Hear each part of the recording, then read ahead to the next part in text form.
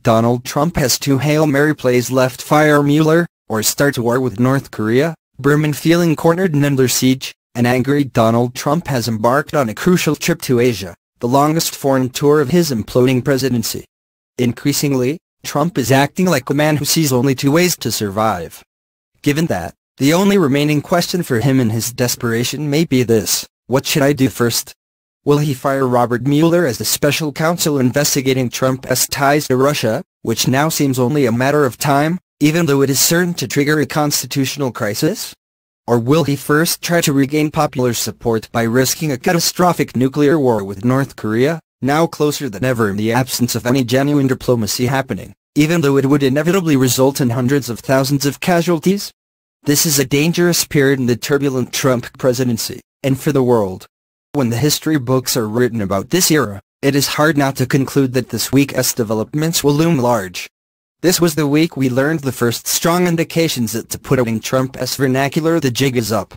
The announcements from the Mueller team last Monday was a bombshell. Two senior Trump campaign officials have been indicted and a third Trump advisor has pleaded guilty. The 12-count indictment laid out the first charges in Mueller's investigation into Russian efforts to interfere with last year's U.S. election, including the headline charge of conspiracy against the United States. Even as a tiny fraction of what the Mueller team now undoubtedly knows, the court filings drew a staggering portrait of how Trump's world operated last year. It revealed how Russian intelligence successfully penetrated Trump's campaign operation at different levels.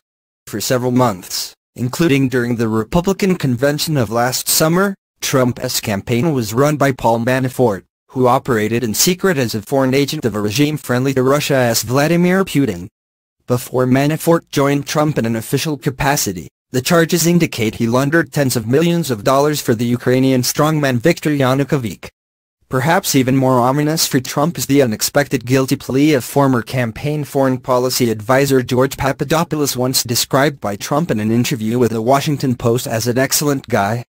Papadopoulos admitted to lying to the FBI about his attempts to set up meetings with Kremlin contacts in search of dirt on Hillary Clinton.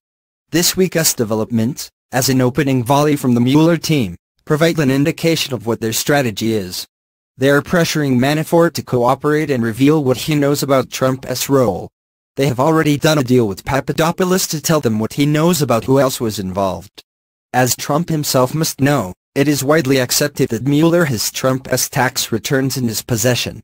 This means that Mueller's team is able to pull together a complete picture of Trump's financial relationship with Russians, including the years well before he announced for the presidency. There have been numerous reports that Trump and his associates have been heavily financed by Russian oligarchs and mobsters, including those involved in money laundering, extortion, drugs and racketeering. If so, this would help explain why Trump has been so obsessively reluctant to be critical of Putin or of Russia since being elected president. More than anyone, Trump would know the extent of his involvement with Russia, although Mueller, by now, may be a close second. Therein lies the danger for Trump. He knows that Mueller has the potential to destroy his presidency.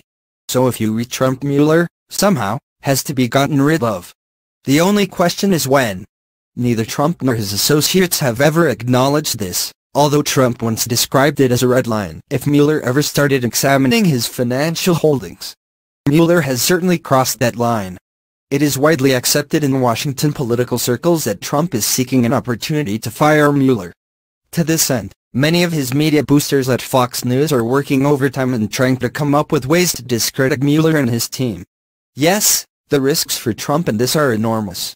Any firing of Mueller, not unlike the fabled Saturday Night Massacre by Richard Nixon in 1973, would trigger a constitutional crisis. But in Trump's mind, that would be a risk worth taking if the stark alternative is a response to Mueller's eventual findings as impeachment.